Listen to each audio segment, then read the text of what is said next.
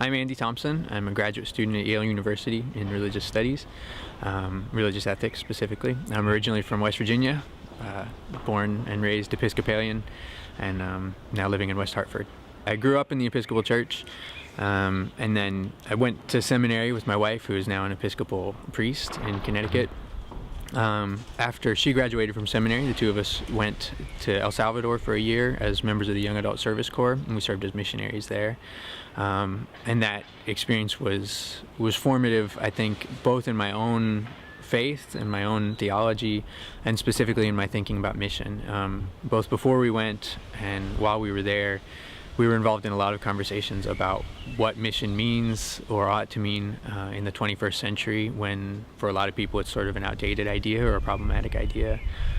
So really coming to terms with what it meant to be a missionary. And that's shaped a lot of my thinking since, both about mission specifically and more generally about religious ethics and theology. I'm at the centenary celebration of the Edinburgh 1910 conference. I came as a result of the youth writing competition.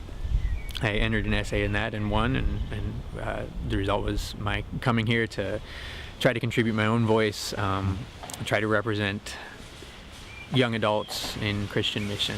My paper that I submitted, I began with the missiology of Roland Allen, an Anglican missionary in China at the beginning of the 20th century. Allen had a lot of criticisms of the way mission was done, particularly based on what he saw as the methodologies that St. Paul used. So he looked very closely at some of the epistles and kind of drew out certain teachings, certain methodologies from St. Paul, and said, St. Paul was the most successful Christian missionary in history, and we should be looking to his example. So he leveled some of these criticisms at the practices of his day.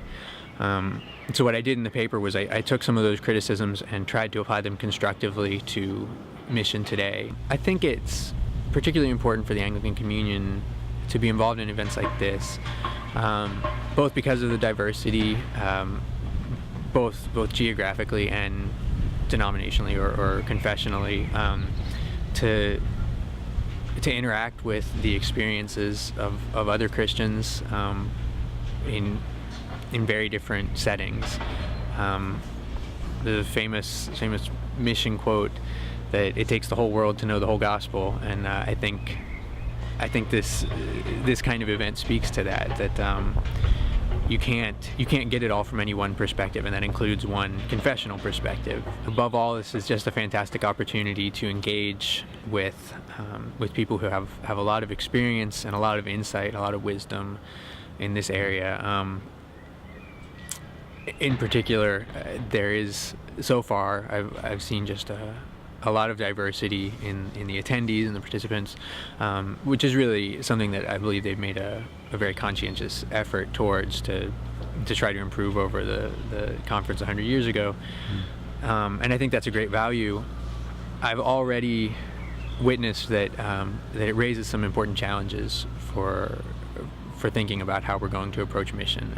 Everybody knows that mission, the idea of mission and mission practices, that there's a troubled history there, that there have been a lot of abuses, and I think involving people from a lot of different perspectives and from a lot of places and a lot of communities that have been adversely affected by some of these things, I think is just raising a lot of important questions and important considerations that really need to be addressed.